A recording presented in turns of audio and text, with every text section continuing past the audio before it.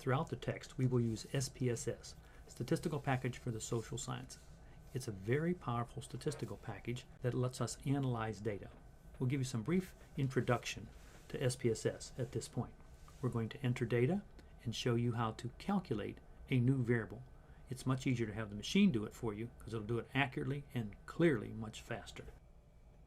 Now, because every computer center is different, we can't explain to you at this point how to turn on the computer and how to get into SPSS. You'll have to ask your instructor how to do this.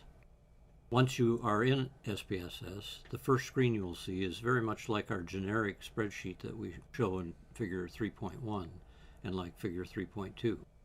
The first step is to go to the Variable View screen by clicking on those words at the bottom of the Data View screen that comes up.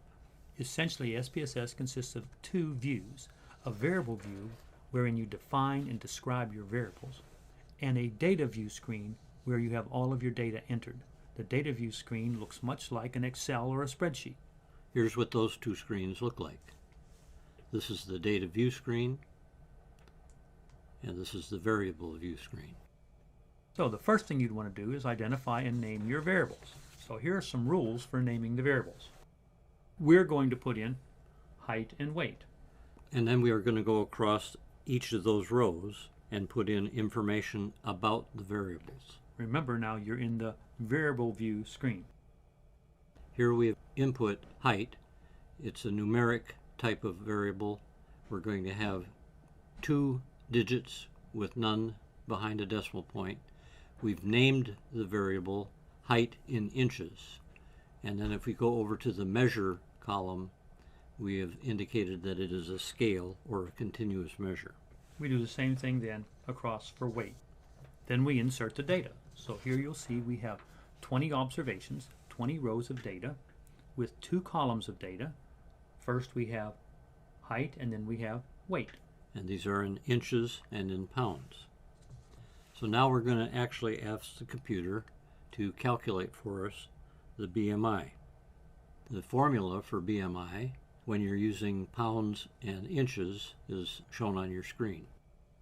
To do this, we're going to click on the SPSS main toolbar, the word transform.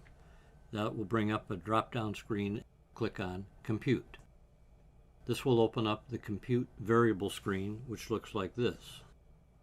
Notice it's blank, and on the left-hand side you have a target variable, and below that are listed the 2 variables that you currently have in your variable view.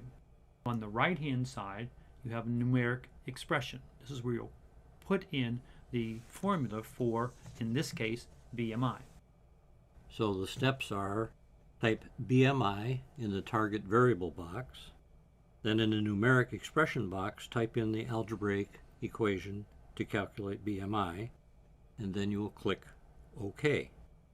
Now you can enter the variable names or you can highlight them under the type and label column and the little arrow in the box. The next thing that will happen after you hit OK, you will get an output screen saying execute. This screen just tells you that the BMI has been calculated, and you need to eliminate that screen by going up to the right hand corner and clicking on the little red X. So here's what your screen will now look like after you've typed in the formula. Notice now you have your height, weight, and BMI all calculated for you. We'll now illustrate that with the same data set using SPSS. Here we've opened SPSS in the variable view window.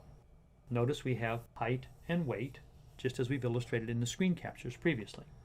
If we click on Data View, we'll now see our data. In order to calculate BMI, we go to Transform, Compute a Variable. Notice now we have placed BMI in the target variable. That's what we're going to calculate. And we're going to calculate that from the numeric expression for calculating BMI from height in inches and weight in pounds. We simply say OK. Here's the data confirmation window. We can delete that. Do we want to save it? No. We have our height, weight, and BMI. You can do this for any calculated variable. you want to calculate the average, or you want to calculate the sum across trials, or whatever it might want to be, you can do that through the transform and compute functions.